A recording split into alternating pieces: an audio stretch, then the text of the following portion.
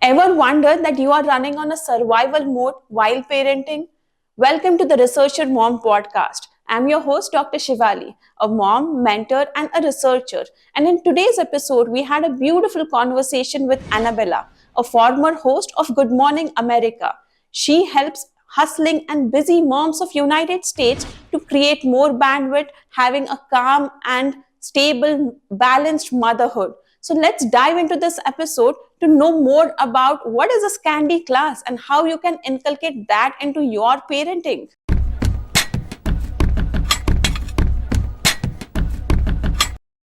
Today we have Annabella with us, who is a mom of three boys, and let's talk to her about how she navigates her work life and her motherhood in a Finnish way. And hello, Annabella. How are you today? I'm great. Thank you so much for having me.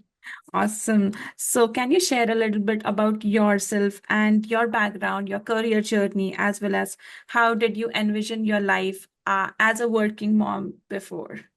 All right. So my path is a little bit non-traditional. I grew up in Finland, and by the time I was 19, I wanted to start exploring career opportunities abroad. Mhm. I had started working in media at the age of 16 as a producer, as a host, and as a radio personality as well, and writing for magazines. So by the time I was 19, I really wanted to see what else was out there and where else could I try to pursue this passion of mine. And I ended up actually living in 4 different continents, in 6 different countries, over the next year.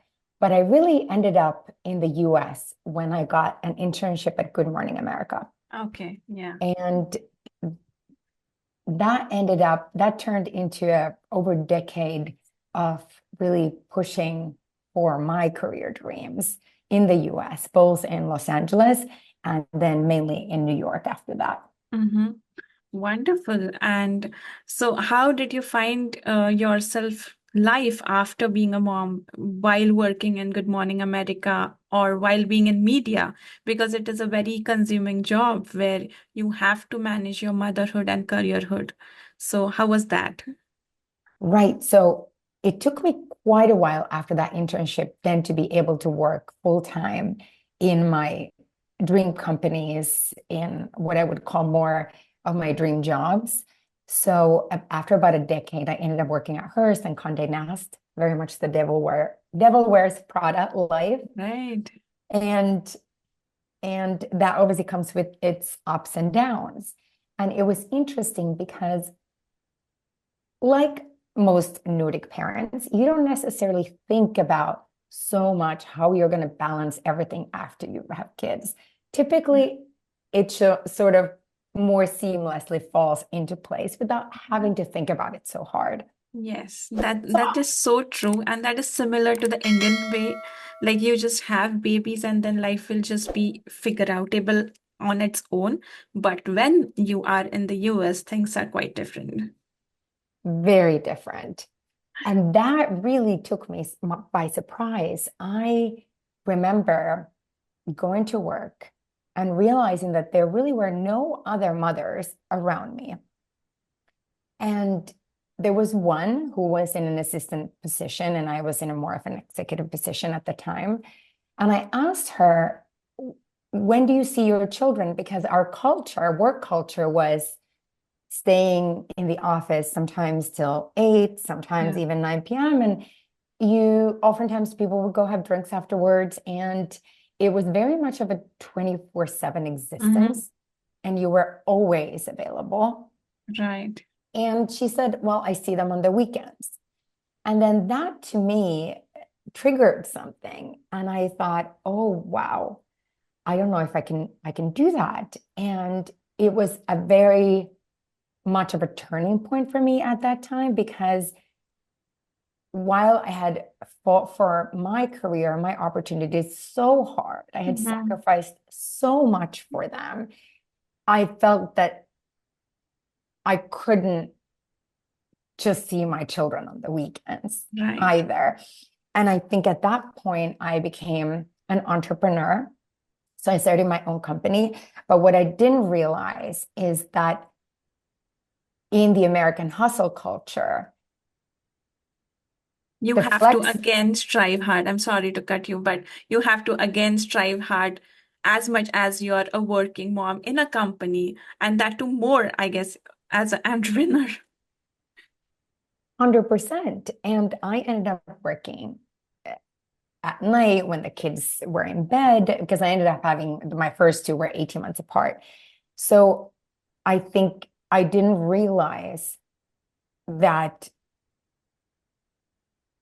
how exhausting it is when you don't allow yourself, when the society doesn't allow you to take a break, to focus on one important thing at a time. And it was so interesting when actually a Finnish dad told me this, who is in a very high level position in a very prestigious company in Finland. He said, look here, he was at a paternity leave at that time. And he said, Uh-huh. look here, the career is not a hockey stick. You don't need to have hockey stick kind of growth.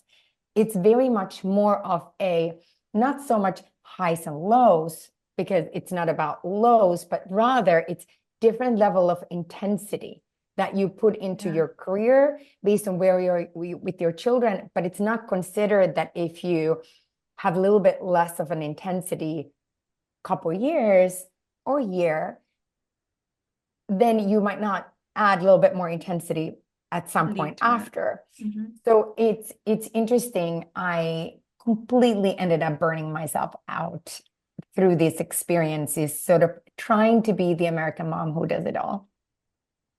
No, interesting. It is quite interesting. And as you say that there are different intensities, I would call them seasons, seasons in, career, like some is spring, some is summer, some are winters where we just slow down and wait for the spring. But as a ambitious working mother, it is difficult for us to accept these seasonal changes. And was it for you, being in the US, and how did you navigate through it? Yes, that was very hard because the culture around you tells you that if you drop the ball, you slow down, Yeah. even just for a couple of months, it's all over for you, Yes, right? that's so true.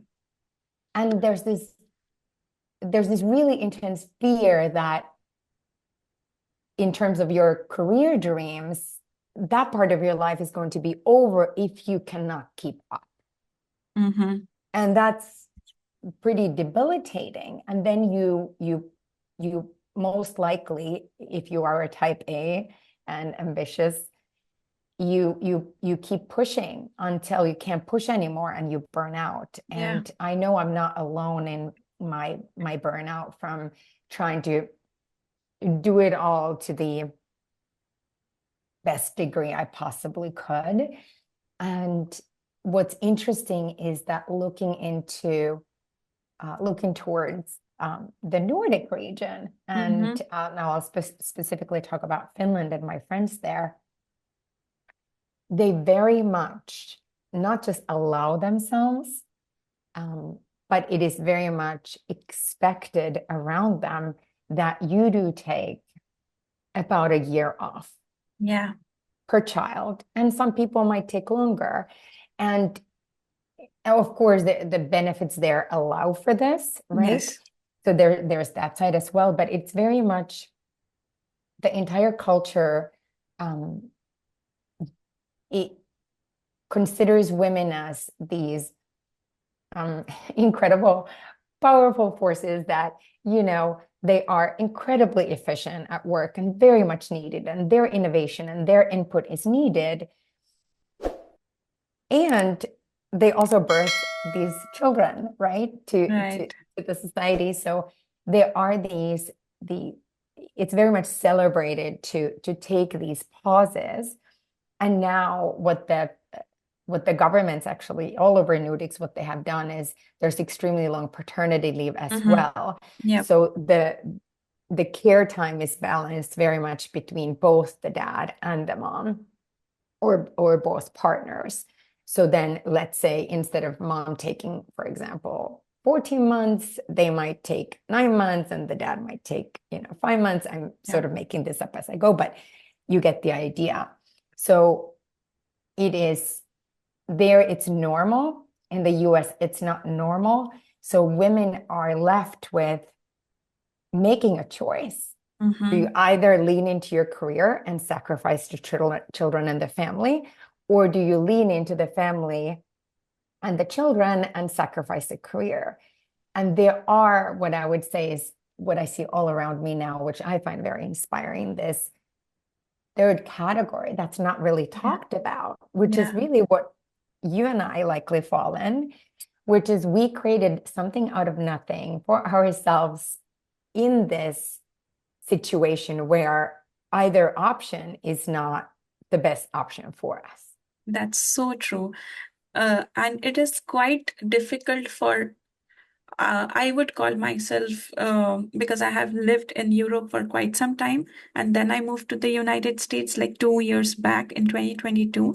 And it was difficult for me to come again in this vicious cycle of go get and go prove yourself every single day, despite of all the changes that is happening in your personal life, or if you're going through your motherhood, you still have to be on point and hustle every day, right? So it was a quite drastic change coming to the United States. And that is the reason I initiated this podcast, where I wanted to empower all the working moms here that it is okay to slow down a bit. It is good for your body and your mental health, uh, going in long run for your career.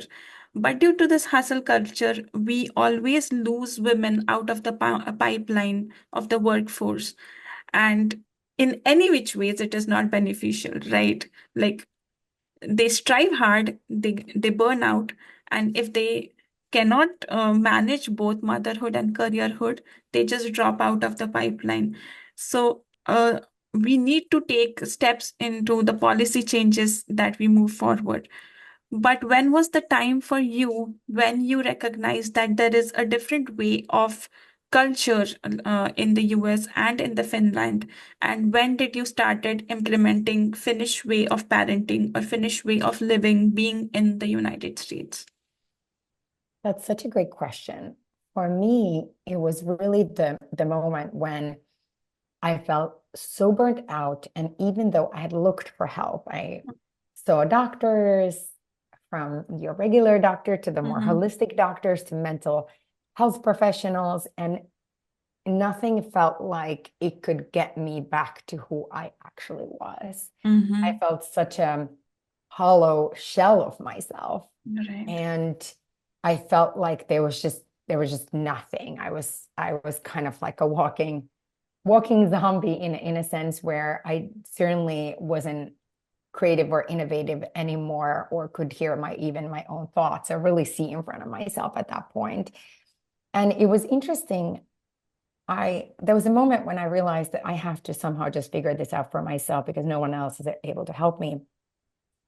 And I really started looking into, okay, what do I have left? Why are my friends not so exhausted? Here, all around me, including myself, I hear moms repeating, "Oh, I'm surviving. I'm just surviving over here." Yeah. And they were talking about how much happy and how much they enjoyed the first year of a baby's life. And I'm really love this time. And I didn't understand why. And it was so interesting for me that I persuaded my husband to move to Finland. Initially, it was supposed to be 9 weeks. We ended up staying for almost 5 months for the whole semester in 2022, to live there and see for ourselves what the life was like, and how both of us could be less burnt out, less stressed out, less overwhelmed, less anxious, and actually really start enjoying our lives. And it was so interesting. We went there, and within the first week, my first thought was, why didn't anyone tell me life could be like this? And that was the turning point where I realized that Finland wasn't named the happiest country in the world for the seventh time in a row for nothing. And that there's so much under the surface beyond these benefits that are talked about in the media that really help, especially moms, thrive. Wonderful. And so moving back to Finland, what were the different aspects that you noticed that were far different from the United States, or the parenting or the living? So what were the main differences? So first, the bandwidth. Immediately, there were 10, 15, 20 less things I needed to do every day. And just the space, the extra space in my brain, not to have to remember so many things, handle so much of that invisible work. And also some, physical work. It allowed me to really hear my own thoughts and become so much more, find that innovation and creativity inside me that I used to have. And I would actually be really curious to talk about this with you and hear about your experience when you lived in Europe. If you feel the same way, whereas there's so much less work for moms to do because you don't sign a million waivers every day.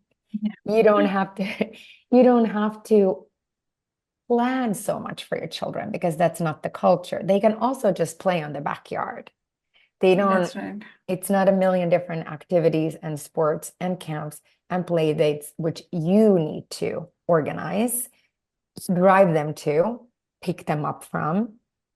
And there's so much more, not just autonomy for the children, but just a lot less what I would call admin work.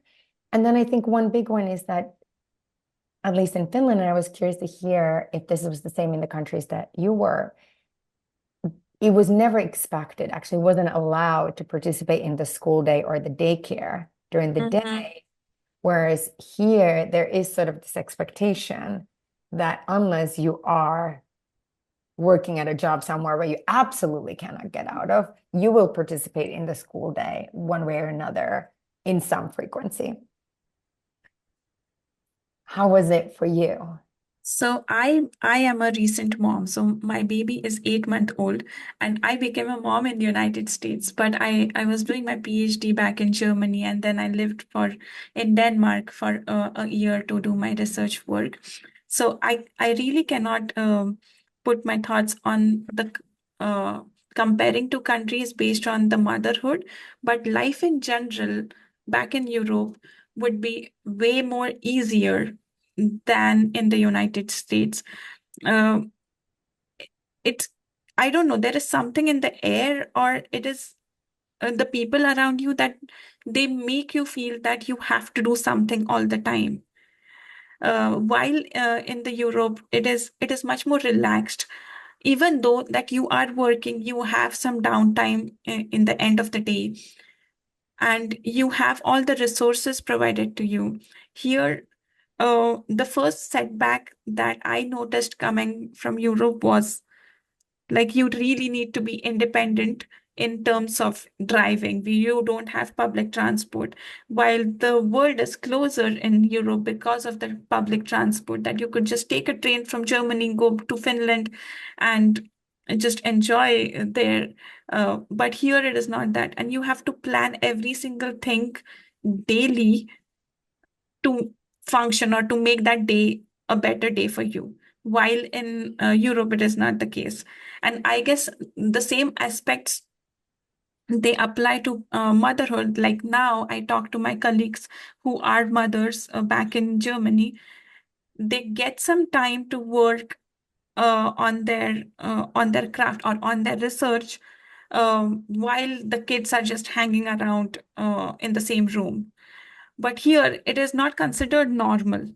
Like and also the daycare thing, there you have like kindergarten where it is not like a rat race to find a spot in the kindergarten. The policies there and the rules there are much more in coordinates with the public rather than just being like a daycare thing, like the government is actually putting in efforts to make life easier for the parents back in the Europe. I definitely see that, and I experienced it as well. It's interesting because there, and for those listeners who might not know about the daycare system in Europe, it's in general very high quality. Yeah. It is extremely inexpensive, and it's, at least in Finland, it's part of the education system. So it's considered not only every child's right to have a spot at daycare, because they want to make sure all the children have the right to develop and learn different skill sets. And of course, what skill sets is prioritized in Europe versus the US is a little bit different. It's more play-based versus academics from early on. But it's also considered every family's right to choose whether both parents want to keep working, or if one, for example, wants to stay at home for longer than the typical maternity leave or paternity leave lasts.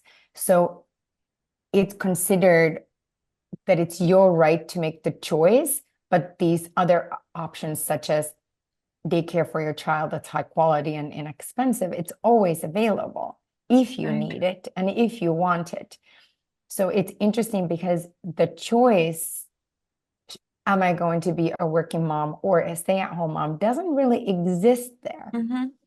Of course, what I like to say too is that because it might be okay to take even a 3-year pause with each child. Let's say you have 3 children, 3 years and 3 years apart, you might stay home for 9 years, but it's not still uncommon to then after that go back and revitalize your career or re-educate or even try a different profession. So there, even the education system is not just for the, let's say, a 19-year-old, but somebody our age can go and re-educate and refresh their career and enter the workforce, potentially doing something that at that point they might feel is more close to what they really want to do with their lives.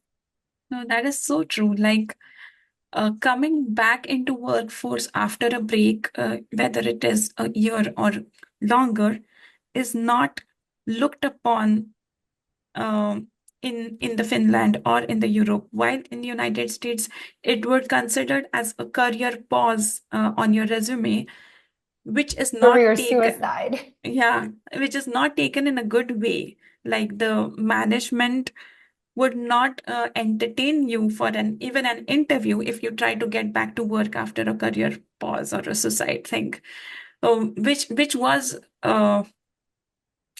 very different for me because while doing my PhD, I had seen my colleagues to go on a maternity leave for a year and come back later. They would be given the same projects they were working on. They would just continue their research as before, and it was not considered something different.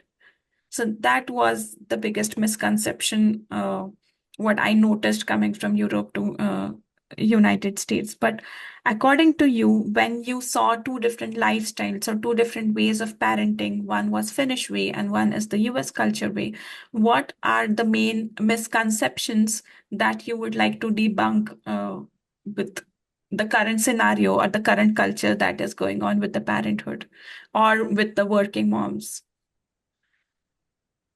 Well, I think in the US, I would say that even if in the US we talk about the having it all, and we talk about, even though that's somewhat going away perhaps, but we talk about having it all and we talk about how to find balance. Yeah. In the current setup, the balance does not exist. So I think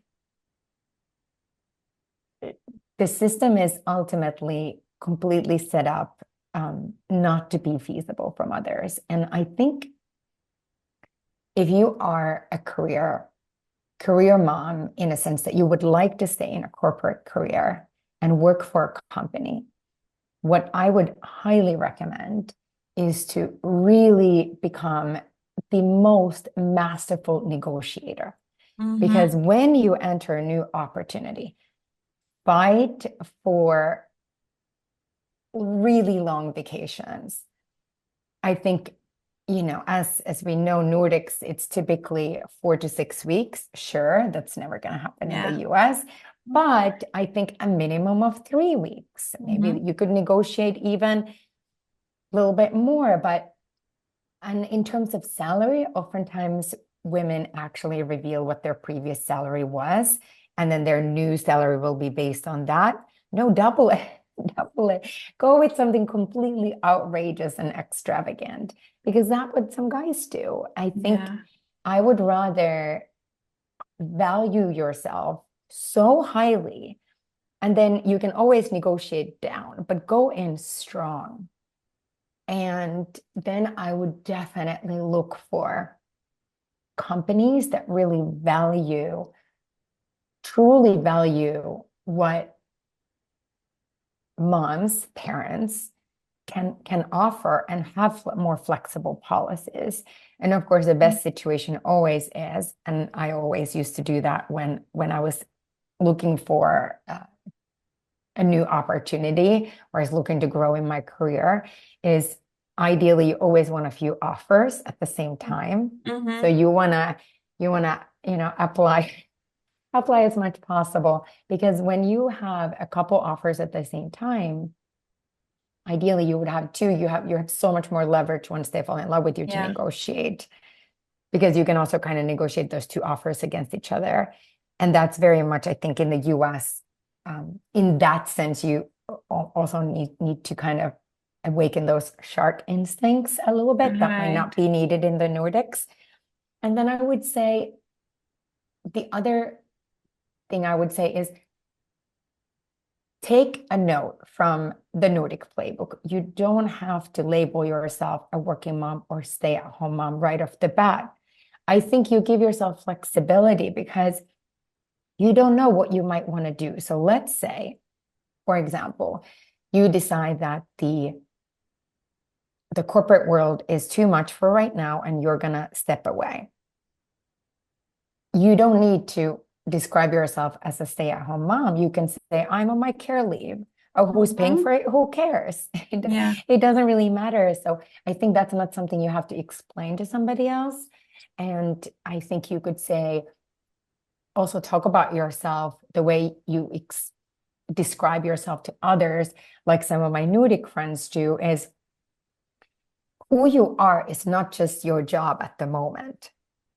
Who you are is, in terms of, let's say, career, it's what you studied, what you're passionate about, what types of jobs have you done in the past. The company and the salary or the specific job you do right now is in a way irrelevant in terms of like, what do you do? If I want to actually get to know you, I want to know about your studies in Denmark and Germany, and I don't want to know about your thesis, and I want to know about all these other things. Your job at this very second doesn't actually define you, right? So I would say, like, give yourself the flexibility to be all of those things without necessarily putting yourself in any bucket. Even if you are a working mom, you're still with your kids, every morning, every evening, hopefully, and then on the weekends. So it's not like you're not a stay-at-home mom as well, in a sense, right?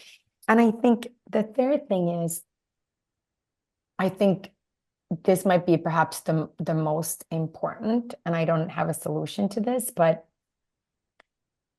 in the Nordics, I think the reason why a lot of moms keep working is that they don't only choose work based on, and this sort of kind of counteracts with the point I already made, but they choose work also based on what they're really passionate about and what they want to give to the world. And I think if you choose that path and sort of negotiate then for the best possible pay and vacation time and benefits and flexibility within that path that you're taking, you will be so much happier than just choosing, let's say, okay, let me just, what's going to pay the most, or, you know, how do I stay just in a job, you know, to kind of get prestige, for example, or accolades. But if it's not what you're really passionate about, then it will feel like a really hard sacrifice. Yeah. Let's say Yeah. you need to keep working and you would rather not, or you would wish you had more flexibility. I think the only way is to do something that you have a gift and you are able to, through that work, give your gift to the world, whoever That's is on the right. receiving end of it. That's right. That's so right. Like, from your conversation or your description, it is important that moms should work on themselves first to earn that confidence and to earn that way of living, that how they envision their life with with the kid and doing the thing that they are passionate about. That needs a lot of self work. Instead of making the policy changes, yes, they are necessary, the work adaptations are necessary, but the mom needs to gain that confidence and say that, yes, I am really good at this thing. The company needs me for this. Instead of like, I need the company to move forward and to balance, the company needs me, and they don't have a better person than me. So if you gain that confidence, I think the world would, or we would start noticing the changes in the world. And as you mentioned about balance, I agree that balance is not the right word. I always call it managing work life and motherhood, at least in the United States. Like it is so difficult to talk about balance, because no, you cannot balance both the things. Either you have to sacrifice something, or it is either or kind of situation. It is never balancing about things. So, as now you are a US mom, and you see a lot of other moms that they don't have the bandwidth to do all the self-care work and to work on themselves or to improve their craft moving forward.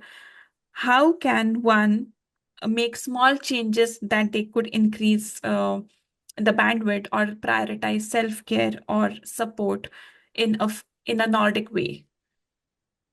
Three things. I think the number one thing is kids' independence.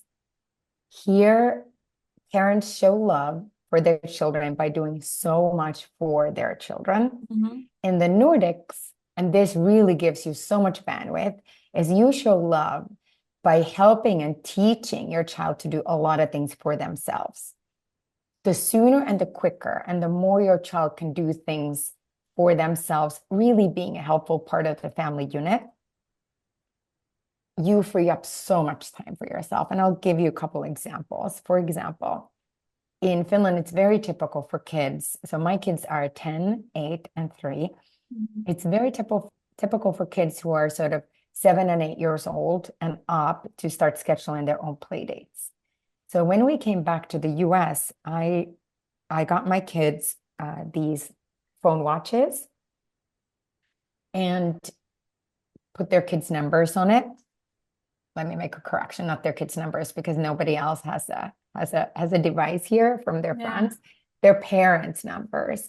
And then I taught them how they can start scheduling their own play dates. I said, I can no longer be your social secretary. I'm here whenever you need me. And of course, sometimes I might schedule something for them, but mainly they can do it themselves. So I taught them how to call their friends' parents. And I like the phone call because one, you learn a lot of skills, communication skills, but two is you get the answer right away. No, my son is not available. Yes, my son is available. And then you can schedule it right then and there instead of texting back and forth, which they're going to be Which focused on consumes a lot of time and again. Mental load.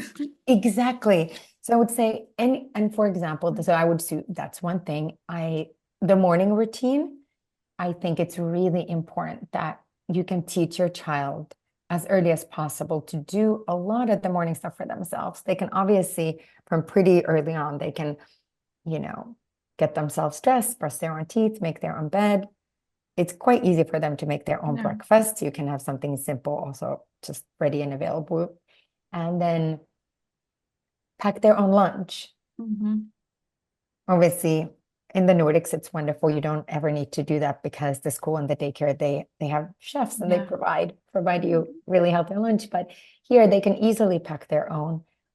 And then you can even, by the time you're 10, why don't you have your child cook one dinner a week, Mm-hmm. right? So, and they can do their own laundry Yeah. at that age. So there's so much that you can outsource. And then I would say the third thing is, or the second thing rather, is the boundaries, is that because of mom guilt, we take on so much. And I'll give an example.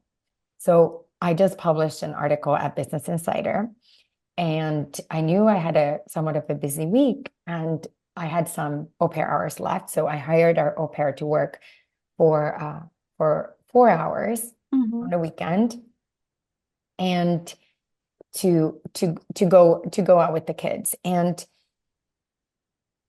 all sorts of different things happened, and the kids were then asking me, they wanted to do actually something different. They asked me, well, while the au pair goes and does something with our youngest that was planned, we'll instead want to go and do this other thing.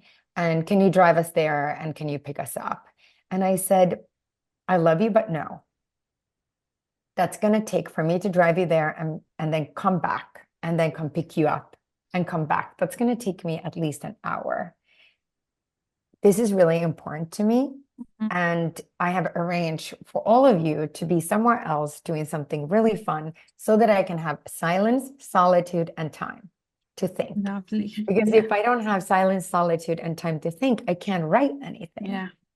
I don't have these, I can't come up with the ideas, and I can't think through what I'm actually writing about.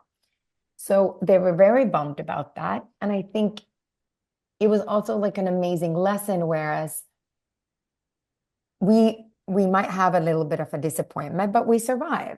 Yeah. And Because they had fun, you completed your work, and that's a happy scenario for everyone. right, and even if you might not have done what was your first choice, you are still going to be okay. You can handle the disappointment, but it also, I think, communicates to them that I also have boundaries, and also something that that's important to me. I have a right to Mhm. focus on that as well. So I Right. think it's simplifying everything around you. So, for example, we do one sport for kid so that we're not driving multiple kids to multiple activities every single night, because I need to also just have the evenings be calmer sometimes. Yeah. And then it's making play dates easier. Come over here and play. Come play on Mhm. our backyard. And I don't need to organize anything for them. I don't necessarily even need to supervise them. Mhm. And I think it's this idea that especially on the weekends, you can have a weekend with no plans, and it can be a great Yeah. weekend. Yeah. Love it. Yeah, because um we just moved houses, and then it was just a 4th of July. Everyone was traveling, and it was like, I don't want to do anything. Let's just stay home, enjoy the new house, and it would be fun. And trust me, that was the best weekend until this 8-month whole journey, that where I had time to sit and to relax and just enjoy the sunroom, enjoy the plants, arrange house, and it was lovely. So no plans are the best plans possibly. But now you are talking about when the kids are a little bit older, right? So what suggestions or what advices you would give to a mom who is working in a newborn phase, like me, possibly? Because I am Great. just 8-month postpartum, and I have started working, which I have to, but how should I manage my work while having independent life as well? Yes. And I think it's such a hard situation, because you're tired. Newborn is a lot of work. And I would suggest is that this is the time to be really firm about your boundaries as well and outsource as Mhm. much as you can, especially with your spouse Yeah. or your partner, because at this stage, especially during the first year, inevitably mothers take on way more. Yeah. And there's a couple of Nordic tricks that I could share that are adaptable to the US. One is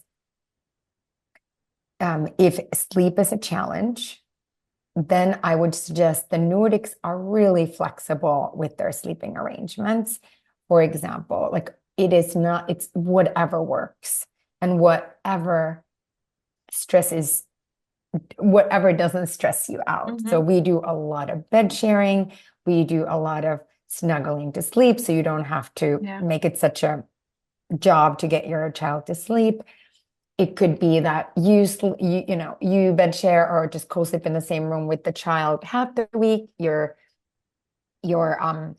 spouse does it for half the week and you sleep in a different room. Like it's just very flexible. It doesn't Yeah. have to be, we both need to sleep in the same room and the kid has to sleep somewhere else 12 hours a day. Like you can be flexible to maximize your sleep and also like maximize the time to enjoy your child. Mm-hmm. And then I would say Nordics do this. Which state are you in? I'm in Maryland.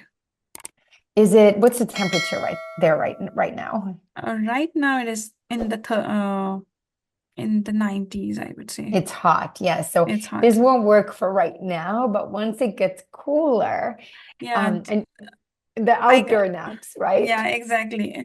Yeah, I was very surprised. So I was in Denmark for a year, and then I used to see this cute little babies bundled up and just left in the porch to sleep. And it's the Nordic culture where the babies sleep longer and they get all the rest when they sleep in the cold, right? Yes. So once it gets colder, and it's nice. I did this till my youngest son was 3 years old, or 3.5, and babies sleep really well in the stroller during the day. You could even do that indoors with the AC because kids love to sleep there so well. That said, I would also suggest that oftentimes when you have a baby, we get so focused on these different milestones and should I take my child to this baby class or this baby class, but none of that stuff is really necessary unless you feel it's nice for you and you want that community, or even if both of you want that community. But I think a child at that age only needs the Love child's and parents. Like yeah. you don't need anyone else. So I would suggest this is the time to be very relaxed and not worry about the milestones and not worry about any kind of activity for the child. Whatever is right there is enough. And that's plenty. Yeah. And then I would really think about is, for example, like in Europe, because a lot of babies nap in a stroller, is whenever you have flexibility, or even in the evening, you could set your baby up to go to sleep in the stroller. When you go out, have dinner, meet a friend, go for a happy hour, go for lunch, take the baby with you. Then baby can either hang in the stroller or nap in the stroller, especially if you have these bassinet attachments, because they are so comfortable for them. For a child that young, a seat might not be as comfortable. So there's that flexibility where you don't have to be so committed to very specific nap times and sleep schedules, but rather can the baby go with you so that you also get your time out of the house and social time and fresh air, which is really, really important for you and your own mental health. No, that I completely agree with all the suggestions that you gave. And I would also mention that the Nordic way is kind of similar to the Indian upbringing. So I think that when I went to Europe, I did not feel like a cultural shock. But when I came to the US, I felt that like the co-sleeping thing and how you have to have a schedule for your baby and everything. But the Indian way is like the child grows with you, like let the child is not a different entity altogether. It's a part of your life, and it will be a part of your life if you incorporate them into daily chores or daily activities that you do. Like if you want to meet a friend, just take a child with them, and uh, uh, do not like put pressure on yourself that the child has to socialize. That at the point he is 3 years old, he doesn't understand the world of socializing and stuff like that. It is like you who have built this norms that okay, the child has to meet a certain milestone. Who have built this milestone? It is you, right? So if the child can be different, no babies are similar or no children are similar. So you do not have to run in this rat race of okay, what others are doing and how I have to fit in the culture kind of thing. Yes, very much so. Yeah, it was a great discussion, Annabella. And coming to the last question, I would ask you, like, what are the final advice or encouragement would you offer to working moms in the US who may be feeling burnt out or overwhelmed? So, what would you suggest them? I would really suggest figuring out whatever it takes so that you could pause and then reevaluate Mm-hmm. and recharge. And then through that process, see what changes you could make in your own life. It's it's really challenging in the US. Look, I'm there right with you. Yeah. It's something that I think about in my own career all the time. And what I come back to for myself is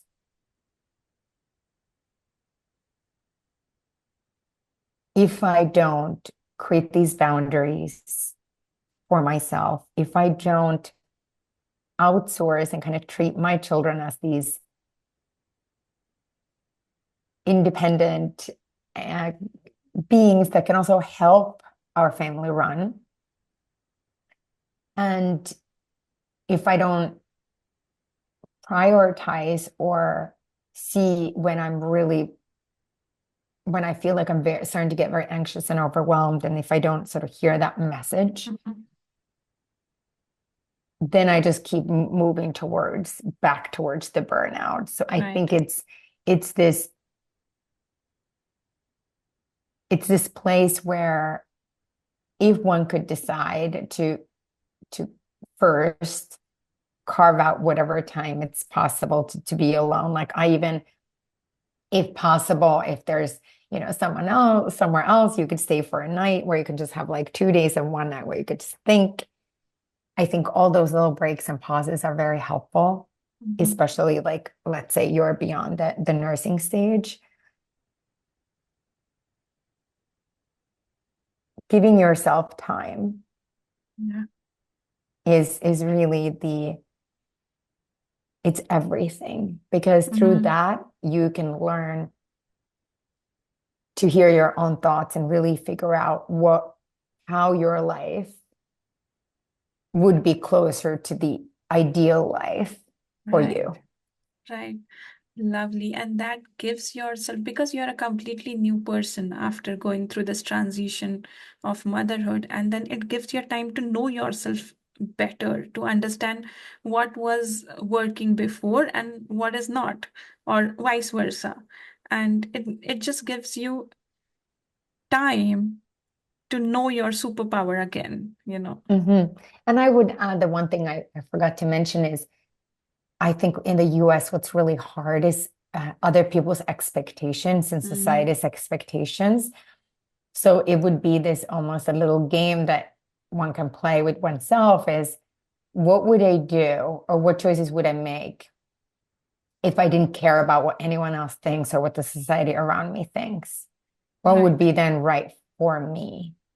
And Yeah. this doesn't mean that one abandons goals, but it's like if I could have it all my way, or if everything was in the most perfect way possible, like what choices would I make right now? And then really once this can only come once you have time, but then listening to that instinct and trusting that instinct that whatever you choose, it's guiding you to the right path for you. And I think that is kind of where moms in the US can really find their way. Wonderful. It was a lovely discussion, Annabella. And just to end our conversation, I would have a rapid fire with you. So, tea or coffee to kickstart your day? Coffee, Most used emoji on your phone? the heart. Diapers, cloth or disposable? I know you're beyond that stage, but Yes.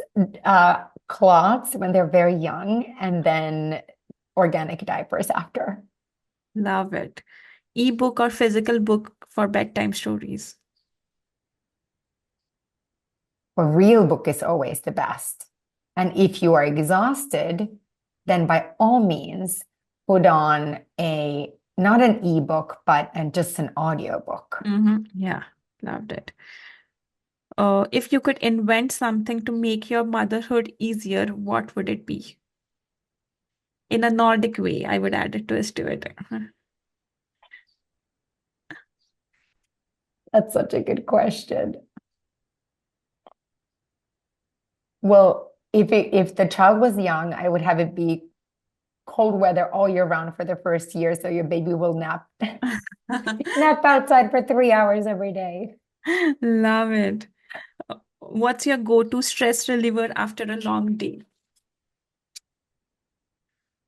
Lying in the bed, putting my feet up, and just having it be quiet, or just chatting with my kids and as they put their feet up against the wall as well. Awesome. Thank you so much, Annabella. It was such a great conversation, and I just find this solitude and peace after having conversation with you. So thank you so much. Thank you so much. Thank you so much for having me on.